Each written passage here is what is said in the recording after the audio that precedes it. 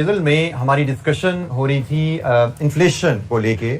कल हमने इन्फ्लेशन क्या है उसका मीनिंग समझा, उसका इम्पैक्ट हमारी कैपिटल इन्वेस्टमेंट अप्रेजल पे क्या आता है और डिफरेंट टर्म्स क्या हैं जो हमें इन्फ्लेशन से रिलेटेड क्वेश्चन के लिए जहन में रखनी है, और इसमें money cash flow, real cash flow का रिलेशनशिप, मनी रेट और रियल रेट का रिलेशनशिप, जिसको हम फिशर फार्मूला भी कहते हैं। और then we learn the basic principle कि हमें जब भी मनी कैश फ्लो को डिस्काउंट करना है हम मनी रेट पे करेंगे, जब भी हमने रियल कैश फ्लो को डिस्काउंट करना है हम रियल रेट पे डिस्काउंट करेंगे। Normally we will be required to do this procedure, हमें मनी कैश फ्लो को मनी रेट पे डिस्काउंट करने की जरूरत पड़ेगी। लेकिन इन दिस सिचुएशन जहां पे ये दोनों कंडीशन एग्जिस्ट करें, अभी आगे चल के देखते हैं डिफरेंट क्वेश्चन जब भी हमारे सामने इन्फ्लेशन की आया करेंगे, मैं ये असूल बार बार आपके सामने रिपीट किया करूंगा,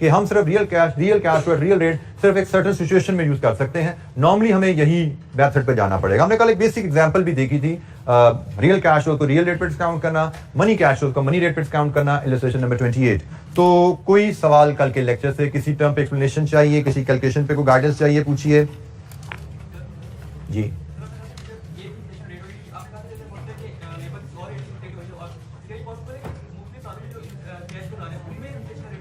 जी आपके साथी ने क्वेश्चन किया है, क्या हमने यहाँ पे कहते हैं एक इन्फ्लेशन रेट हो, मैंने ये कल एग्जांपल दी, एक से ज्यादा इन्फ्लेशन रेट भी हो सकते हैं, तो वो एक से ज्यादा इन्फ्लेशन रेट जो हमें गिवन होंगे वो क्या एक ही प्रोडक्ट के साथ वेरी कर रहे होंगे, लाइक प्राइस 10% है तो मटेरियल 6% है, 4 साल लाइफ है, 4 साल सेम रहेगा, या हर साल में बदल जाएगा, प्राइस का किसी साल 10%, प्राइस का किसी साल 6%, ऐसे हो जाएगा। तो जनरली स्पीकिंग हमें जो एग्जाम में क्वेश्चन आते हैं, इवन इफ आई रिकॉल सीफैप के क्वेश्चन भी, तो हमें जो इन्फ्लेशन रेट दिए जाते हैं वो ओवर द लाइफ अप्लाई होते हैं। हमें प्राइस का इन्फ्लेशन रेट 10% दिया तो प्रोजेक्ट की लाइफ 5 साल है, हर साल 10% से प्राइस बढ़ेगी। हमें अगर मटेरियल की कॉस्ट का इन्फ्लेशन रेट 5% बताया है तो 5% मटेरियल के ऊपर हर साल अप्लाई होगा, बदलेगा नहीं। तो मुझे I don't recall any question in I cap कि किसी भी स्ट्रीम में जहां पे इन्फ्लेशन रेट बदल रहा हो। जी एनी क्वेश्चन, कोई सवाल, कोई और सवाल कल के लेक्चर से जी? अच्छा, डिस्कशन को थोड़ा और आगे लेकर चलते हैं and let's do illustration number 29। Illustration 29 को देखते हैं जी।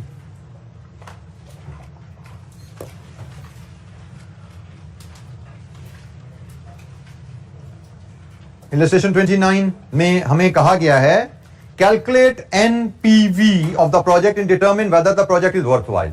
एनपीवी बताइए और बताइए प्रोजेक्ट फीजिबल है या नहीं है। अब हम सवाल पढ़ते हैं।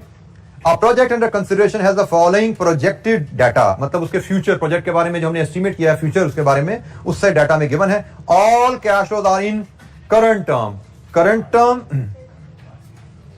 रियल टर्म या टुडेज टर्म, इन सब का मतलब एक ही है, ठीक है जी। Current term, real term, today's term, ये आपके साइनोनिम है। एग्जामिनर इनमें से कोई भी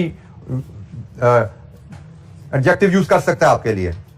तो उसने कहा जी करंट टर्म में जो कैश फ्लोज है, इन्वेस्ट रुपीज इन 1000 में, इन्वेस्टमेंट 1700, इनफ्लोज है T1 100, इनफ्लोज है T2 200, इनफ्लोज है T3 to 10, 3 to 10 delayed annuity है 300। Rate of inflation which will effect flows equally, तमाम फ्लोज को इक्वली इफेक्ट करेगा, rate 3%, and firms required money return is 11.24%। required NPV of the project and determine whether the project is worthwhile।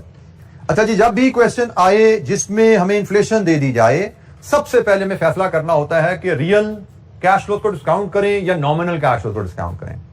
तो हमने कहा जी nominal cash flow को discount करने की दो कंडीशन है, अगर वो दोनों अप्लाई हो रही हो तो हम रियल कैश फ्लो पर जाएंगे। दो कंडीशन है, दोनों अप्लाई हो तो हम रियल कैश फ्लो पर जाएंगे, अदरवाइज हमें कैश फ्लो को इन्फ्लेट करना पड़ेगा, जैसे हमने इलस्ट्रेशन 28 में किया था। तो यहां पे जनाब पहली कंडीशन थी company is not paying taxes, तो क्या कंपनी टैक्स पे कर रही है?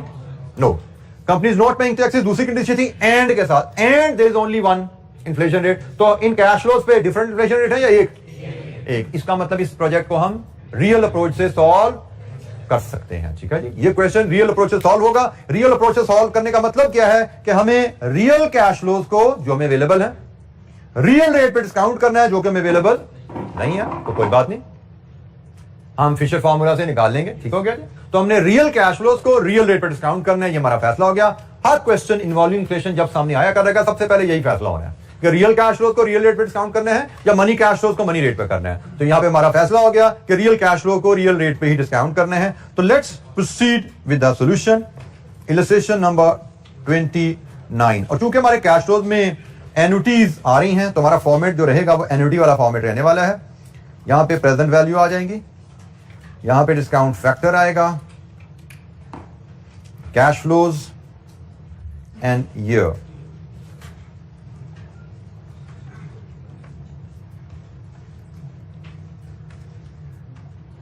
और वैल्यूज हम रुपीज इन थाउजेंड में लेंगे, क्योंकि क्वेश्चन में थाउजेंड में ही दिया गया है डाटा, तो हम भी रुपीज इन थाउजेंड में ले लेते हैं।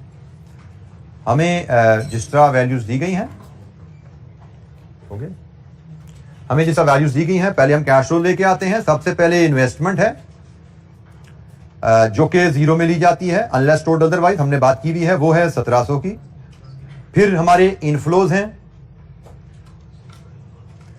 1 में 100, 2 में 200 और 3 से 10 300। हमने रियल कैश फ्लोज को डिस्काउंट करना है और हमें रियल कैश फ्लोज ही दिए गए हैं, तो इनको तो हमें इन्फ्लेशन इनमें ऐड करने की जरूरत नहीं है। रियल कैश फ्लोज हमारे पास आ गए। अब इनको डिस्काउंट करना है रियल रेट पे। क्या हमें डिस्काउंट रेट जो दिया गया है, जो कॉस्ट ऑफ कैपिटल हमें दी गई है, क्या वो रियल रेट है? वो तो मनी रेट है। इसका मतलब हमें इसको फिशर फार्मूला की मदद से रियल रेट में कन्वर्ट करना पड़ेगा।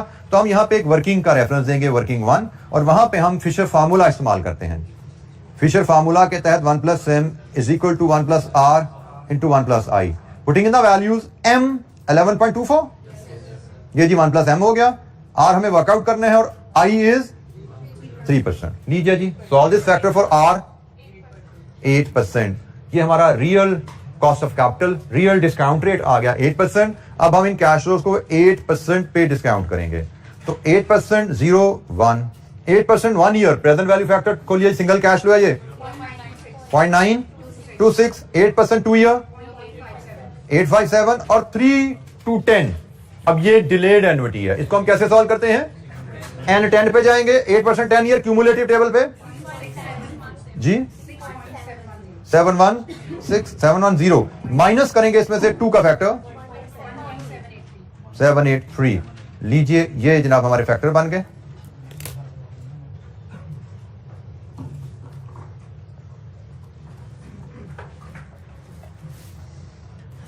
जी फैक्टर्स हमारे बनते हैं और यहां से फिर प्रेजेंट वैल्यू और सम करेंगे नेट प्रेजेंट वैल्यू। तो बताइए क्या आ रही है net present value?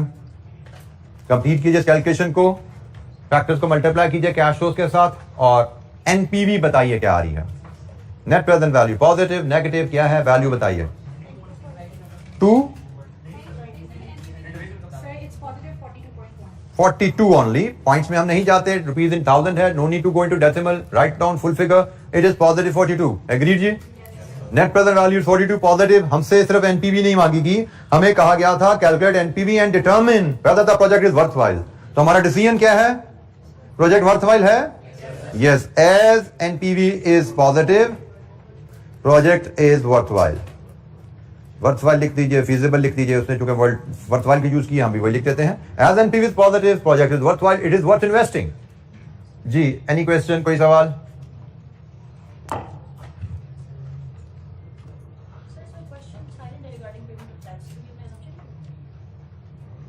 Payment of tax पे कोई इंफॉर्मेशन नहीं है, इसलिए हम of course how can we treat payment of taxes when we have no information. आगे चलेंगे, हमें टैक्सेस वाले सवाल आएंगे, उसमें बताया जाएगा क्या टैक्सेस किस रेट पे लगते हैं, कैसे लगते हैं, कैसे कैलकुलेट करना है। We will learn that when it will come to taxes.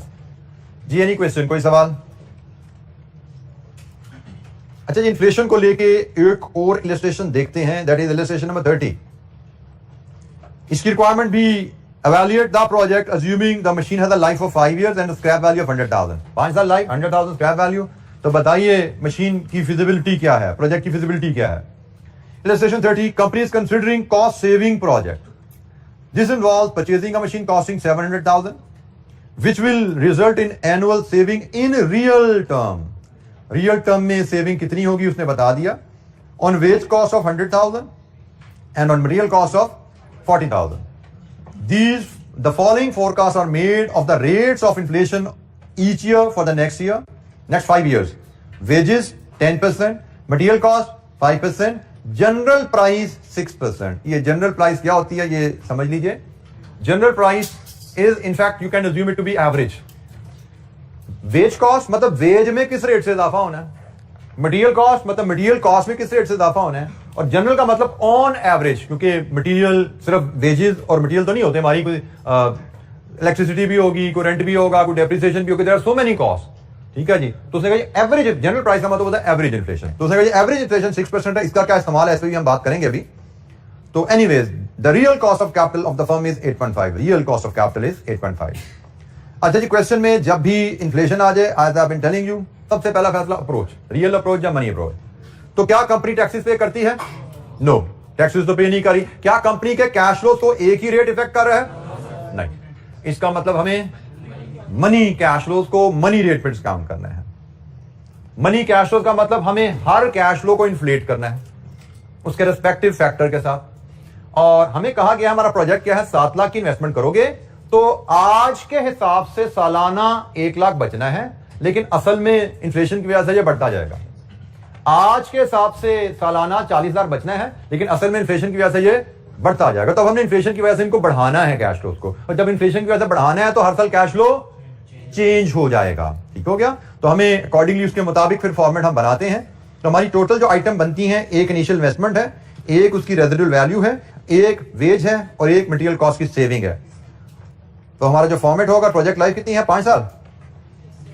Project life is 5 years. तो हमारे जो फॉर्मेट आएगा इलस्ट्रेशन नंबर 30, 5 साल प्रोजेक्ट कैश फ्लोज है और इन्वेस्टमेंट 0 में ली जाती है।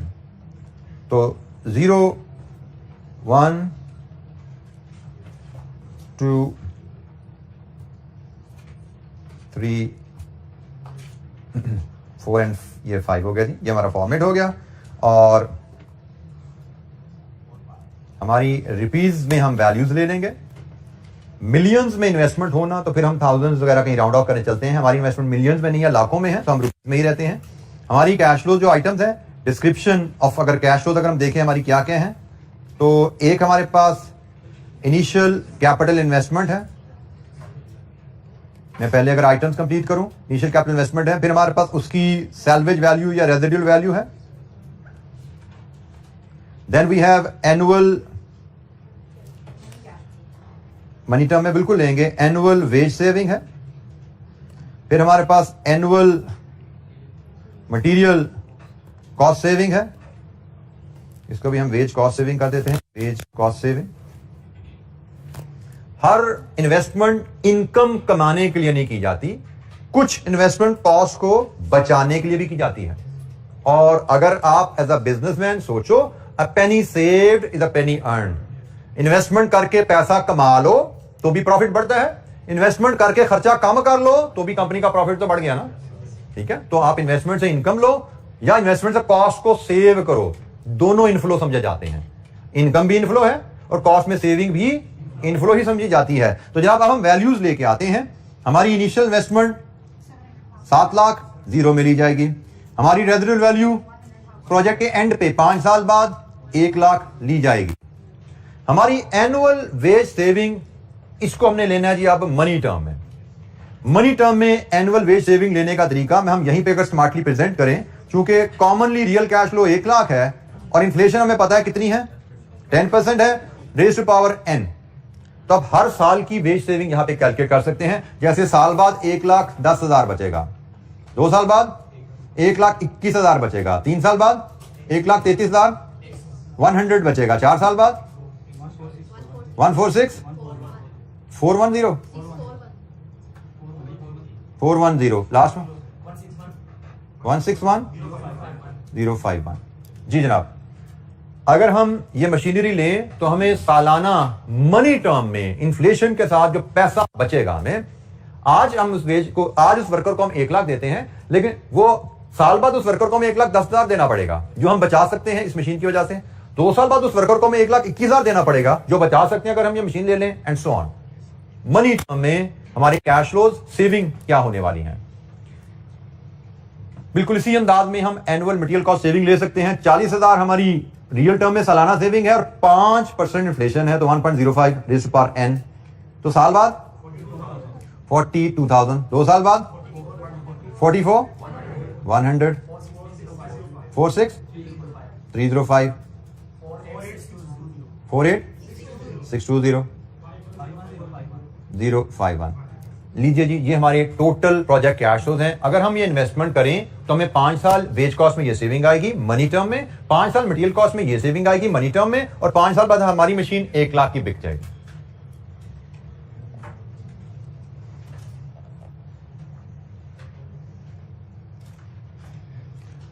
यहां पे एक असूल याद रखिएगा, जो जनरल हमें हर क्वेश्चन में ही ये ऑलमोस्ट टेस्ट होने वाला है।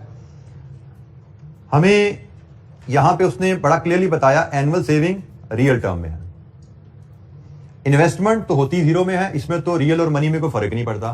फ्यूचर कैश फ्लोज में इन्फ्लेशन के असरात आते हैं, लेकिन ये जो वैल्यू है इसके बारे में एग्जामिनर ने रियल का वर्ड यूज नहीं किया। तो गाइडलाइन वो ध्यान में रखिए, अगर वो बताए कि वैल्यू रियल है तो रियल है, नहीं तो मनी है।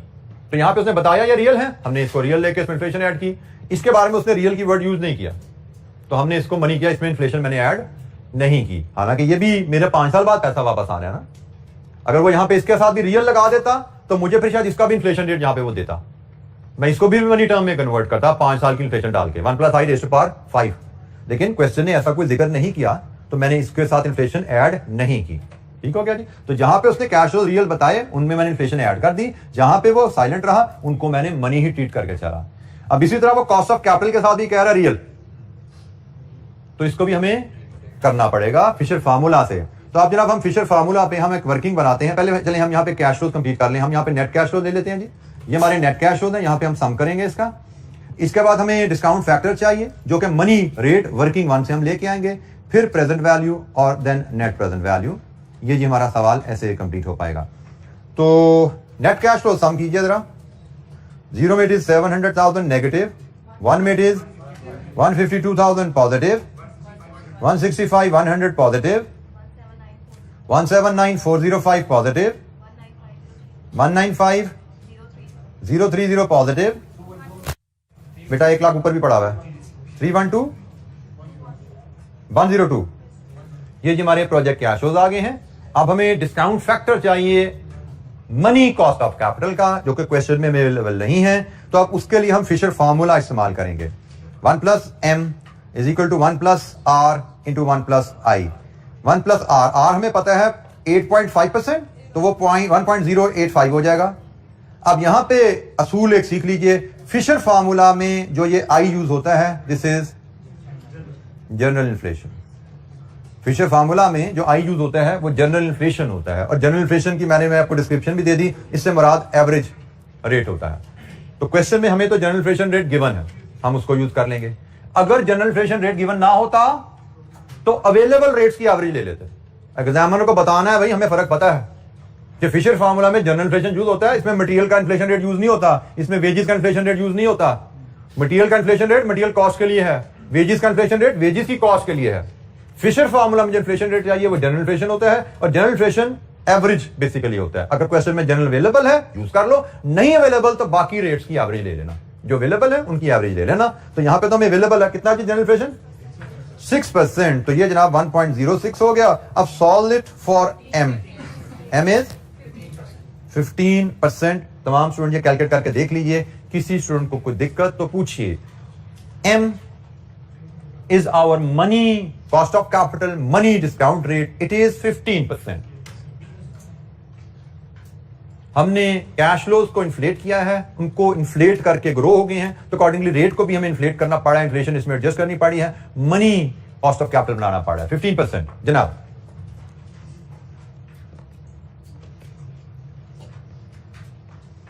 तो जनाब ये आया रेट यहां पे 15%, और इस पे आप डिस्काउंट करेंगे कैश फ्लोज को, और सारे सिंगल कैश फ्लोज हैं 15%, प्रेजेंट वैल्यू और नेट प्रेजेंट वैल्यू। कंप्लीट कीजिए कैलकुलेशन, मुझसे नेट प्रेजेंट वैल्यू शेयर कीजिए। सिंगल कैश फ्लोज हैं, सिंगल कैश फ्लो का प्रेजेंट वैल्यू टेबल यूज करना है। परफॉर्म कीजिए कैलकुलेशन, यू मुझसे एनपीवी शेयर कीजिए जरा, क्या आती है।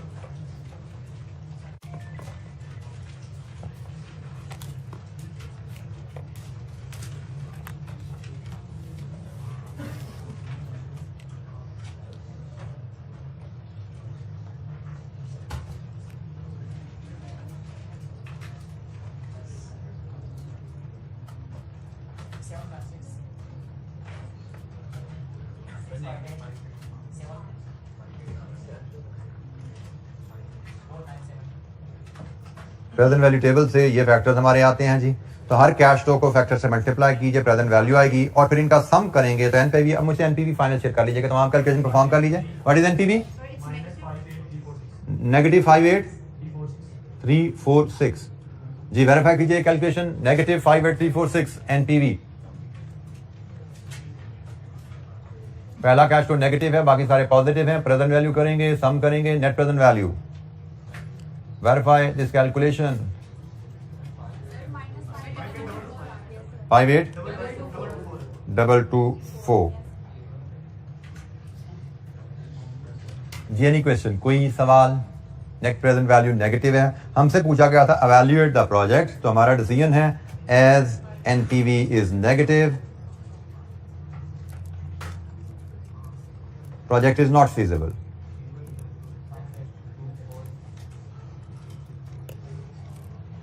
Evaluate the project, so we must write this decision. Positive negative NPV है, project is not feasible.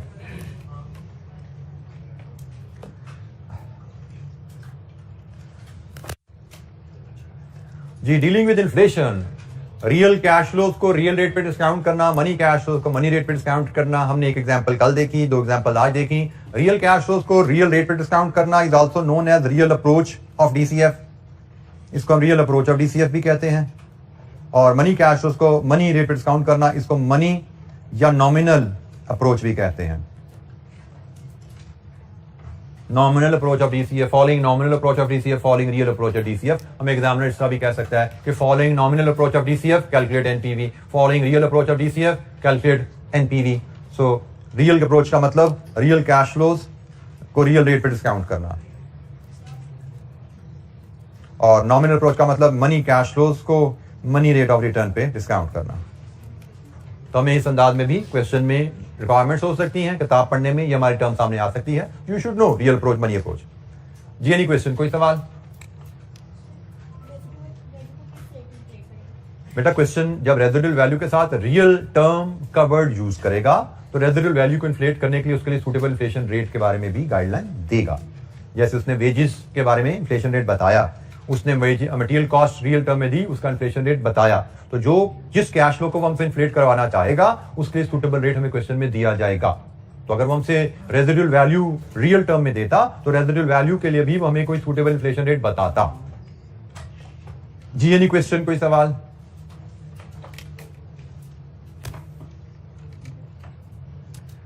अच्छा जी, इन्फ्लेशन पे फिलहाल हमारी डिस्कशन इतनी ही, बाकी इंशाल्लाह आगे क्वेश्चन में जाएंगे। नॉलेज इतना ही था, आगे इसकी प्रैक्टिस ही है। जो एग्जामिनर क्वेश्चन पे जाएंगे वहां पे हम इसकी प्रैक्टिस करेंगे। अब हम दूसरी ट्रीटमेंट की तरफ चलते हैं, which is dealing with working capital in DCF. Working capital के बारे में बेसिक बात शायद हमारी हुई थी कि हम जो प्रोजेक्ट करते हैं कैपिटल नेचर का, कोई भी फैक्ट्री लगाना चाहें, कोई भी बिजनेस शुरू करना चाहें, तो नया बिजनेस करने के लिए हमें सिर्फ कैपिटल इन्वेस्टमेंट रिक्वायर्ड नहीं होती। कैपिटल इन्वेस्टमेंट के साथ साथ हमें करंट एसेट में इन्वेस्टमेंट करनी पड़ती है, जिसको हम वर्किंग कैपिटल इन्वेस्टमेंट कहते हैं। तो अब कैपिटल इन्वेस्टमेंट्स के कैश फ्लो से डील करना हमने सीखा कि इनिशियल इन्वेस्टमेंट है तो जीरो में आउटफ्लो शो कर दो और प्रोजेक्ट के एंड पे रेजिडुअल वैल्यू इनफ्लो ले लो। तो ये तो कैपिटल इन्वेस्टमेंट से डील करना हो गया। अब हम डिस्कस करने जा रहे हैं वर्किंग कैपिटल इन्वेस्टमेंट से डील करना, कि हम जब प्रोजेक्ट शुरू करते हैं उसके लिए अगर हम वर्किंग कैपिटल की हमें जरूरत पड़े तो उसके साथ हमने कैसे डील करना है। इसका रूल बड़ा सिंपल सा है जी, और दो इलस्ट्रेशन करेंगे उनसे हमें ये रूल बड़ी आसानी से क्लियर हो जाएगा। हमें क्वेश्चन में बताया जाता है, जिसका कैपिटल इन्वेस्टमेंट के बारे में बताया गया ना, भाई प्रोजेक्ट करना है तो 7 लाख की मशीन लेनी पड़ेगी। इसी तरह हमें बताया जाता है प्रोजेक्ट करना है तो साथ 1 लाख का स्टॉक भी लेना पड़ेगा, या 1 लाख आपको वर्किंग कैपिटल में इन्वेस्ट करना पड़ेगा। So rule number 1, initial working capital investment is shown as outflow at 0। Question में बताया जाएगा भाई कैपिटल इन्वेस्टमेंट के साथ साथ इतनी इन्वेस्टमेंट आपको वर्किंग कैपिटल के लिए चाहिए। तो रूल नंबर 1, क्वेश्चन में आपको वर्किंग कैपिटल इन्वेस्टमेंट की जो इंफॉर्मेशन दी जाएगी, कैपिटल इन्वेस्टमेंट के साथ साथ उसको भी आप 0 में आउटफ्लो शो करोगे। ठीक हो गया जी? कैपिटल इन्वेस्टमेंट के साथ एक इशू है, वर्किंग कैपिटल इन्वेस्टमेंट के साथ एक इशू है जो कि कैपिटल इन्वेस्टमेंट में जनरली हमें नजर नहीं आता।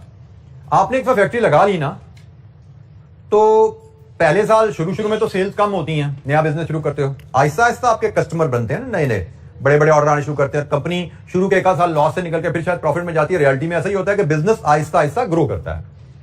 तो जैसे जैसे बिजनेस ग्रो करता है, मशीनरी तो वहीं खड़ी है, लेकिन बिजनेस के ग्रो करने के साथ हमारी प्रोडक्शन की रिक्वायरमेंट बढ़ती है, हमारी स्टॉक की रिक्वायरमेंट बढ़ती है, हमारी डेटर्स उधार जो देते हैं लोगों को, हम पैसे हमारे उनमें भी फंसने शुरू हो जाते हैं। इन शॉर्ट, चले फिलहाल हम फॉर द टाइम भी यही समझे हमारी सारी इन्वेस्टमेंट स्टॉक में है। जैसे जैसे बिजनेस बढ़ेगा वैसे वैसे हमारी प्रोडक्शन बढ़ेगी, वैसे वैसे हमारी सेल्स बढ़ेगी, हमारी investment requirement in current assets बढ़ेगी।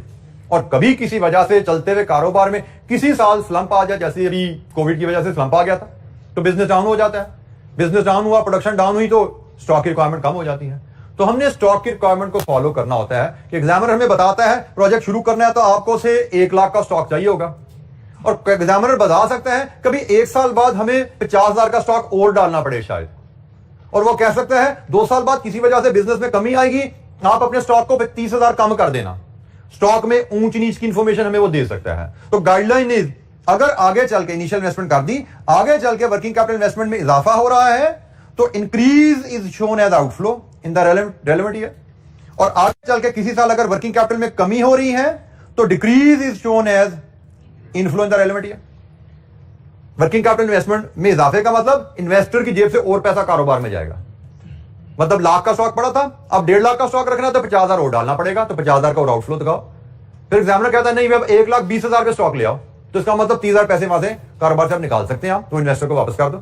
तो इन्वेस्टर की जेब में इनफ्लो या इन्वेस्टर की जेब से आउटफ्लो हमने शो किया। तो ये जनाब एक रूल है कि आपने अगर वर्किंग कैपिटल में इजाफा हो तो उसने रेलेवेंट ईयर में आउटफ्लो होगा, अगर कमी हो तो रेलेवेंट ईयर में इनफ्लो होगा। एंड फाइनली लास्ट पॉइंट, जब कारोबार खत्म होगा तो all investment in working capital should be shown as inflow.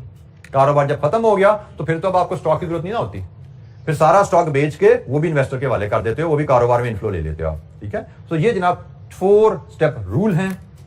Initial working capital is shown as outflow 0 में। अगर किसी वजह से मैं बताया जाए हमारी वर्किंग कैपिटल इन्वेस्टमेंट में इजाफा होगा आगे चल के, तो जो इजाफा है वो रेलेवेंट ईयर में आउटफ्लो। अगर हमें बताया जाए किसी वजह से हमारी इन्वेस्टमेंट की रिक्वायरमेंट में कमी होगी किसी वजह से, तो जो कमी है वो रेलेवेंट ईयर में इनफ्लो। और आखिरी पॉइंट, जब कारोबार खत्म हो जाता है, जैसे वो कहता है जी कारोबार की लाइफ 5 साल है, तो आखिरी साल में वो बताए या ना बताए, ये भी बताएगा, वो ये भी बताएगा, ये भी बताएगा। ये एग्जामिनर मे नॉट टेल, वो ये कहेगा नहीं आपको, but it is understood, this is the rule कि जब कारोबार खत्म हो गया तो स्टॉक में कोई पैसा नहीं चाहिए। कारोबार खत्म हो गया, फैक्ट्री गोदाम खाली करके ताले लगाने हैं हमने, तो खाली कैसे करेंगे? बेच के पैसे इन्वेस्टर के हवाले करेंगे। जब तक कारोबार चल रहा है गोदाम में माल पड़ा हुआ है, जब कारोबार बंद हो गया गोदाम में माल नहीं चाहिए। कारोबार चल रहा है, दुकान की मिसाल लो, शेल्फ आपकी बेसिक ग्रोसरी स्टोर, कारोबार चल रहा है, शेल्फ भरे नजर आते हैं। कारोबार बंद किया, शेल्फ खाली हो जाते हैं, सारा सामान बेच के इन्वेस्टर के पास जेब में चले जाता है पैसा। तो ये स्टेप ये एग्जामिनर हो सकता है आपको ना बताए। हाँ, बाज़ का एग्जामिनर ये भी एक जुमला कह देता है, एक और जुमला ध्यान रखिएगा। एग्जामिनर कहेगा आपकी प्रोजेक्ट की लाइफ तो 10 साल है, लेकिन आप सिर्फ 5 साल के कैश फ्लो बना के फिजिबिलिटी असेस कीजिए। मतलब प्रोजेक्ट में तो चलने हैं 10 साल, लेकिन आप सिर्फ 5 साल के कैश फ्लो बनाइए और उसकी एनपीवी कर लीजिए।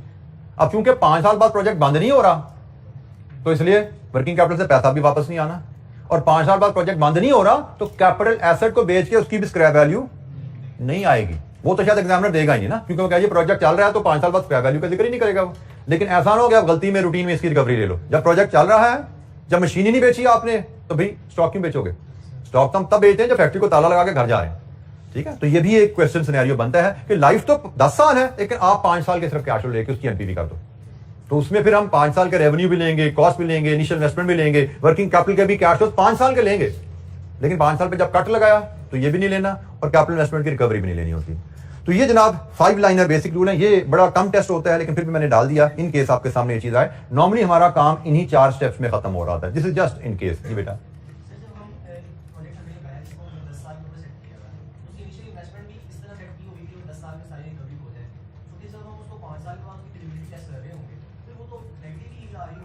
आपके साथी का कहना है कि 10 साल इन्वेस्टमेंट वाला प्रोजेक्ट है तो 5 साल में वो फिजिबल कैसे निकलेगा? तो इसका बेटा रीजन कुछ ऐसे होती है बाज का, ये ऐसा क्यों किया जाता है? इस तरह 5 साल पे हम किसी प्रोजेक्ट को क्यों टेस्ट कर रहे हैं जिसकी एक्सपेक्टेड लाइफ 10 साल है? क्योंकि फ्यूचर इज अनसर्टन। आपको लग तो रहा है कि 10 साल चलेगा ये प्रोजेक्ट, लेकिन क्या पता 5 साल बाद गवर्नमेंट की पॉलिसी आ जाए, प्रोजेक्ट बैन हो जाए। तो इसलिए आप कहते हो भाई अगले 6 सालों का हमें नहीं पता। बेशक मशीन की लाइफ 10 साल है, लेकिन हम 5 साल में देखते हैं भाई 5 साल में फिजिबल बनता है तो ठीक है, नहीं तो मटी डालो। क्योंकि 6, 7, 8, 9, 10 साल का हमें नहीं पता वहां पे हम कितना कमा पाएंगे, क्योंकि सारा जो फिजिबिलिटी का है ना, फिजिबिलिटी में डाटा कहां से आता है? Projected, estimated. अब एस्टिमेट अगले 10 साल तक लगाना, 20 साल तक लगाना, थोड़ा सा मुश्किल हो जाता है। जितना आप दूर जाते जाते मुस्तकबिल में उतना एस्टिमेट लगाना मुश्किल होता जाता है। तो दैट्स वाई ऑर्गेनाइजेशन अक्सर ऐसे करती हैं कि लाइफ बेशक 10 साल है, 5 साल, 20 साल है, हम इसको 5 साल या 8 साल पे महदूद कर देते हैं। Who knows? Project highly profitable है तो हो सकता है 5 साल में आपके पैसे पूरे कर रहा हो, तो आप रिजेक्ट कर दोगे भाई। इसीलिए तो आप कर रहे हैं उसको। हम इसीलिए तो कह रहे हैं कि हमें रिस्क नजर आ रहा है कि आगे चल के भाई में पैसा आए या ना आए, आगे की पैसा आए ना आए, हमें उस पर ज्यादा रिस्क लग रहा है। डिटेल इसके ऊपर इसकी डिटेल जो है हम आगे चल के CFAP 4 में डिस्कस होती है, जिसमें हम बाकायदा ये एनालिसिस डिटेल में करते हैं, ठीक है, जिसमें हम देखते हैं कि भाई ये जो वजह है इसकी मैंने बता दी, रिस्क है, आगे रिस्क है, उस रिस्क को कैसे फर्दर एनालाइज करना है, मजीद इसका ब्रेकअप जो करना है कैसे करना है वो अलग बात है। फिलहाल हमारे लिए इतना ही काफी है कि एग्जामिनर ने कह दिया 5 साल, तो हम 5 साल पे इसको रोकेंगे। इसकी जो इस टॉपिक की आपकी पीक है, जो फिनिश है, वो आपकी CFAP 4 में होनी है। यहाँ पे हम सिर्फ इसका इंट्रोडक्शन पढ़ रहे हैं, introduction to capital investment appraisal. जी, एनी क्वेश्चन, कोई सवाल?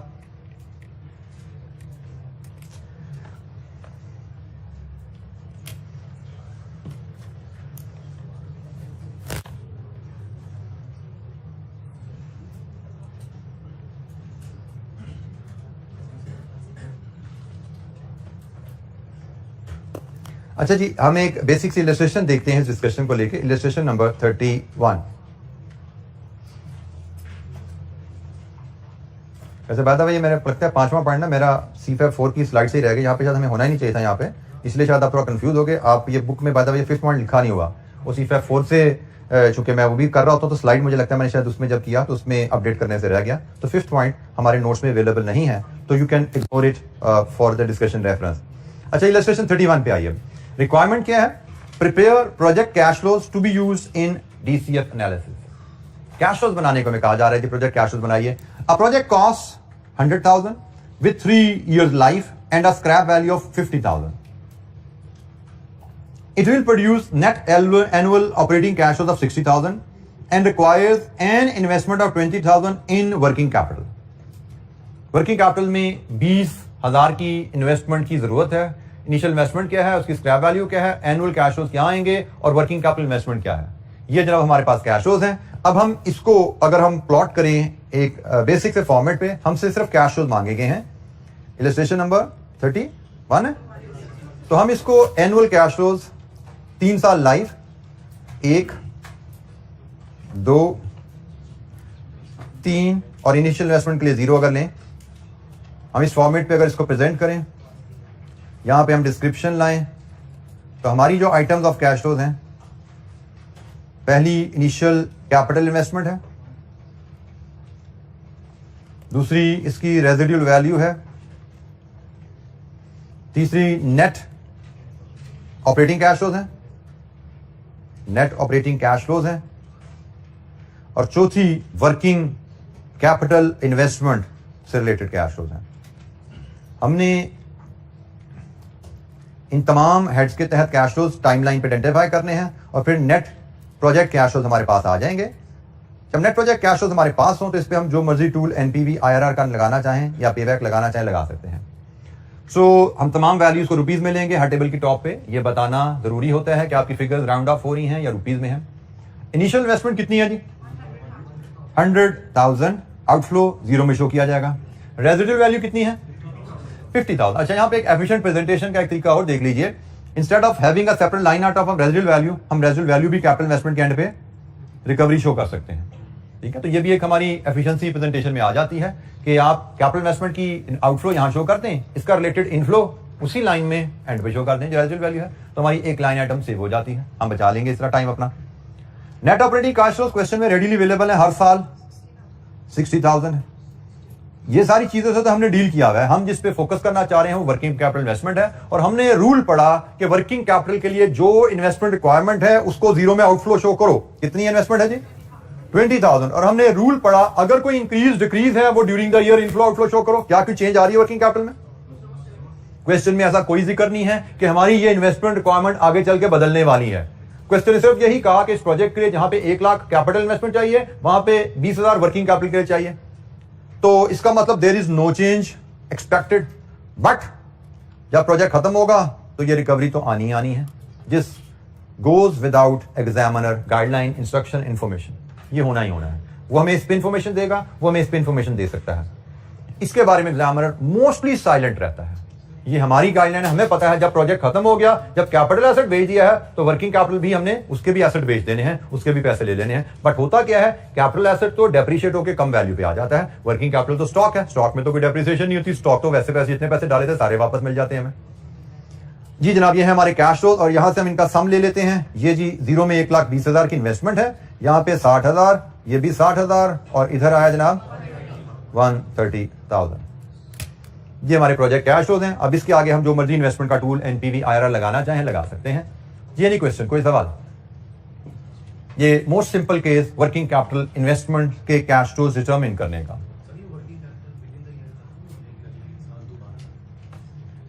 खत्म, आपके साथी का सवाल है वर्किंग कैपिटल खत्म हो जाएगा। बेटा वर्किंग कैपिटल खत्म नहीं होता। आप दुकान कोई ओपन करते हो, लेट्स सिंपल बिजनेस की मिसाल है ग्रोसरी स्टोर का। ग्रोसरी स्टोर आप ओपन करते हो, एक आपने उसमें फिक्स्ड एसेट भी लिए, freezer, chillers, shelves, racks, computer, और आपने उसमें करंट एसेट भी लगाए, ग्रोसरी आइटम्स, मिल्क, शुगर, ठीक है जी, योगर्ट, आइसक्रीम एक्सेट्रा। दुकान ओपन हुई। अब जब तक दुकान चल रही है हो क्या रहा है, जो तो पड़े ना कैपिटल एसेट वो विद यूज डेप्रिशिएट हो रहे हैं, विद यूज डेप्रिशिएट होते जा रहे हैं। लेकिन जो पड़े हैं स्टॉक में पैसा, वो कहां जा रहा है, बिकता है, फिर नया आ जाता है ना, जो वो पीएनएल में जाता जा रहा है, सेल्स, बट फिर परचेज होगी, सेल फिर परचेज, स्टॉक वहीं का वहीं पड़ा रहता है। दुकान पे कभी आपको लगा कि मैंने 4 दिन स्टॉक खरीदा, दुकान खाली होगी? जो आप खरीदते हो, दुकानदार प्रॉफिट जेब में रख के स्टॉक वापस वहां रख देता है खरीद के, तो स्टॉक वहीं का वहीं पड़ा हुआ है। लेकिन जब खत्म होगी फिर आपने चीज खरीदी, उसने पैसे जेब में डाली है, वापस नहीं डाले उसने, ठीक है, सारे पैसे रिकवर होते हैं। जी एनी क्वेश्चन? बेटा आप बताइए, आप मुझे काफी डिस्टर्ब कर रहे हैं। जी you one with a beard, one with a beard, जी दाढ़ी रखी हुई पता नहीं है जी। बेटा आप, मैंने कहा काफी ज्यादा डिस्टर्ब है आप, और दाएं बाएं भी लोगों को, अपने साथी को बहुत तंग कर रहे हैं, उसको भी तंग करने की कोशिश की आपने। कुछ बताएंगे मुझे क्या इशू चल रहा है यहाँ पे आपके साथ? बेटर बी नॉट, अच्छा है कि ना हो इशू, क्योंकि अगर कोई इशू है तो फिर इशू मेरे तक पहुंच रहा है, ठीक है, और मेरे तक जब इशू पहुंचेगा तो आप तक बड़े स्ट्रॉन्ग तरीके से वापस आएगा। If you have some issue kindly share with me, if you have some problem kindly ask me, but if that issue needs to be resolved outside the class, you can go out any time, ठीक है। तो be careful next time. First time आपका है इसलिए मैं tolerate कर रहा हूं, but generally I don't tolerate indiscipline in the class. जी बेटा,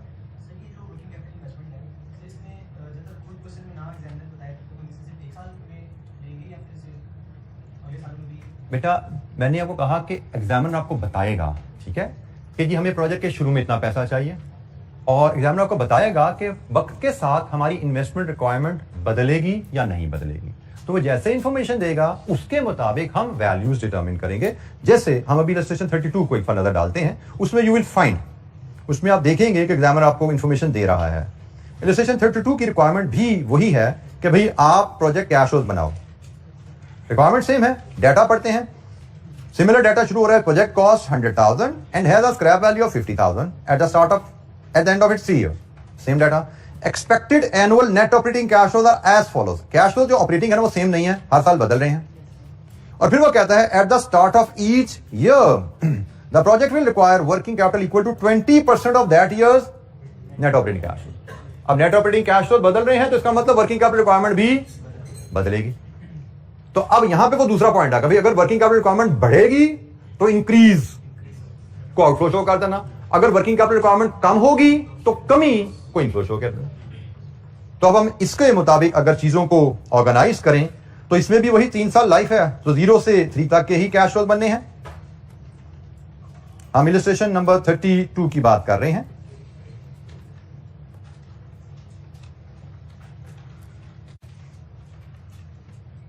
वर्किंग कैपिटल कैश फ्लो 0 से 3 तक के हमें बनाने को कहा जा रहा है।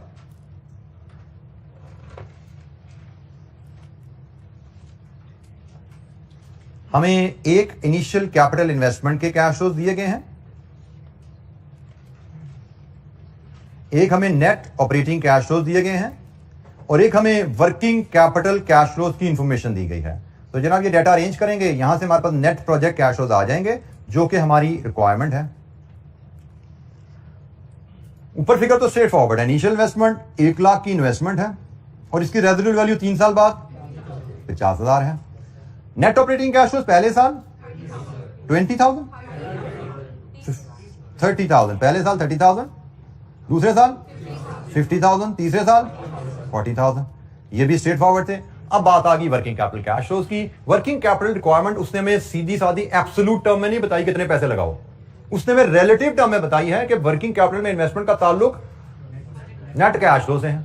तो अब हमें खुद असेस करना पड़ेगा हमारी रिक्वायरमेंट क्या है और वो रिक्वायरमेंट कैसे हम पूरी करेंगे। इसके लिए हम एक वर्किंग वन बनाते हैं और वर्किंग वन में हमारी जो पीरियड वाइज हमें वर्किंग कैपिटल रिक्वायरमेंट पहले असेस करनी पड़ेगी कि हमारी रिक्वायरमेंट है क्या।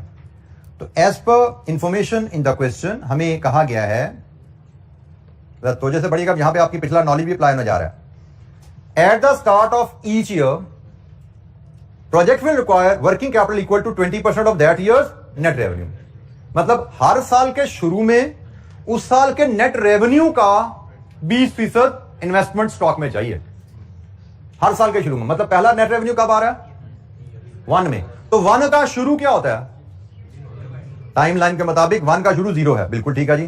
तो 1 के शुरू में मतलब 0 में हमें वर्किंग कैपिटल में इन्वेस्टमेंट चाहिए 1 के रेवेन्यू का 20%। हमें 6,000 का वर्किंग कैपिटल में इन्वेस्टमेंट चाहिए। जब हमने 0 में 6,000 का स्टॉक रख लिया उससे हमारा पहले साल का कारोबार चल जाएगा। 0 में जब हमने 6,000 का स्टॉक डाला उससे पहले साल का कारोबार चला। फिर जब दूसरा साल शुरू होने लगा फिर ये जुमला पढ़ो, हर साल के शुरू में उस साल के नेट कैश फ्लो का 20%। मतलब दूसरे साल के शुरू से मराद 1 में हमें दूसरे साल के शुरू रेवेन्यू का नेट कैश फ्लो का 20%। हमें 1 में हमारी स्टॉक की रिक्वायरमेंट जो है वो बदल के कहा जाती है कि भाई 1 में हमें 50,000 का 20% स्टॉक चाहिए 10,000। और इससे आगे चले तीसरे साल के शुरू से मराद 2, और तीसरे साल के शुरू में हमें तीसरे साल के कैश फ्लोज का 20% 8,000 ये स्टॉक चाहिए। और हमें पता है जब 3 साल बाद कारोबार खत्म हो जाता है फिर हमें स्टॉक में कुछ नहीं चाहिए होता। जब 3 साल बाद कारोबार खत्म हो जाता है तो हमने ये डिस्कस किया है फिर हमें स्टॉक में कुछ नहीं चाहिए, सारे पैसे जेब में डालने हैं। अब जरा तवज्जो से देखिएगा, ये वर्किंग कैपिटल रिक्वायरमेंट है। ये वर्किंग कैपिटल रिक्वायरमेंट है। हमारे पास कितने का स्टॉक होना चाहिए? तो हमें तो चाहिए भाई इतने का स्टॉक रखना है। तो कैश फ्लो जेब से कितना पैसा जाएगा या आएगा? Working capital cash flow. अब ये वर्किंग में अक्सर बच्चों को थोड़ी सी कंफ्यूजन आ जाती है, लेकिन बड़ी सिंपल वर्किंग है। अगर तो जैसे आप देख लेंगे कुछ इसमें इशू नहीं है। जब कारोबार शुरू किया आपने 0 में शुरू किया ना कारोबार, तो हमें क्वेश्चन में बताया गया है कारोबार 0 में शुरू करना है तो 6,000 का स्टॉक होना चाहिए। तो 6 के 6,000 का खरीदना पड़ेगा ना, हमारी जेब से 6,000 निकलेगा। क्वेश्चन में हमें पता लग रहा है जब 1 साल गुजर जाएगा फिर हमें 10,000 का स्टॉक चाहिए। तो क्या करें? 10 - 6 4,000 का और पैसा डालो ताकि स्टॉक हमारा 6,000 से उठ के 10 पे चला जाए। अब एक और साल गुजरा, अब कितने का स्टॉक चाहिए? 8 का। इसका मतलब पैसा डालना नहीं है, पैसा निकालना है। 2,000 वापस ले लो। और जब कारोबार खत्म हो गया तो हमने वैसे ही कहा भाई अब तो कुछ नहीं चाहिए, जो भी पड़ा हुआ है कारोबार में से सारा निकाल लो। कितना रह गया वापस? 8,000, ये भी निकाल लो। तो ये जनाब हमारे कैश फ्लोज हैं कि अगर हम ये कारोबार करते हैं तो वक्त के साथ साथ हमारी जेब से कितना पैसा निकलेगा या कितना पैसा आएगा वर्किंग कैपिटल के हेड में। हमें कारोबार शुरू करना है तो आज 6,000 की इन्वेस्टमेंट करनी है, साल बाद 4,000 मजीद इन्वेस्ट करना पड़ेगा, 2 साल बाद हम 2,000 वापस ले सकते हैं कारोबार से, और 3 साल बाद जब कैपिटल एसेट बेच दिया तो जितना बाकी रह गया सारा वापस ले लो। ये कैश फ्लोज की जो वैल्यूज हैं इनको हम यहां पे फीड करेंगे वर्किंग कैपिटल कैश फ्लोज में। 0 में 6,000 का आउटफ्लो, यहां पे 4,000 का आउटफ्लो, यहां पे जनाब 2,000 का इनफ्लो और यहां पे 8,000 का इनफ्लो। ये जी हमारा काम कंप्लीट हो गया। इसके बाद हमें सिर्फ सम करना है और हमारे working capital cash flow ready, हमारे कैश फ्लोज रेडी हैं। आगे एनपीवी आईआरआर कोई भी टूल लगाना हो। वर्किंग कैपिटल कैश फ्लोज कैसे लिए जाते हैं?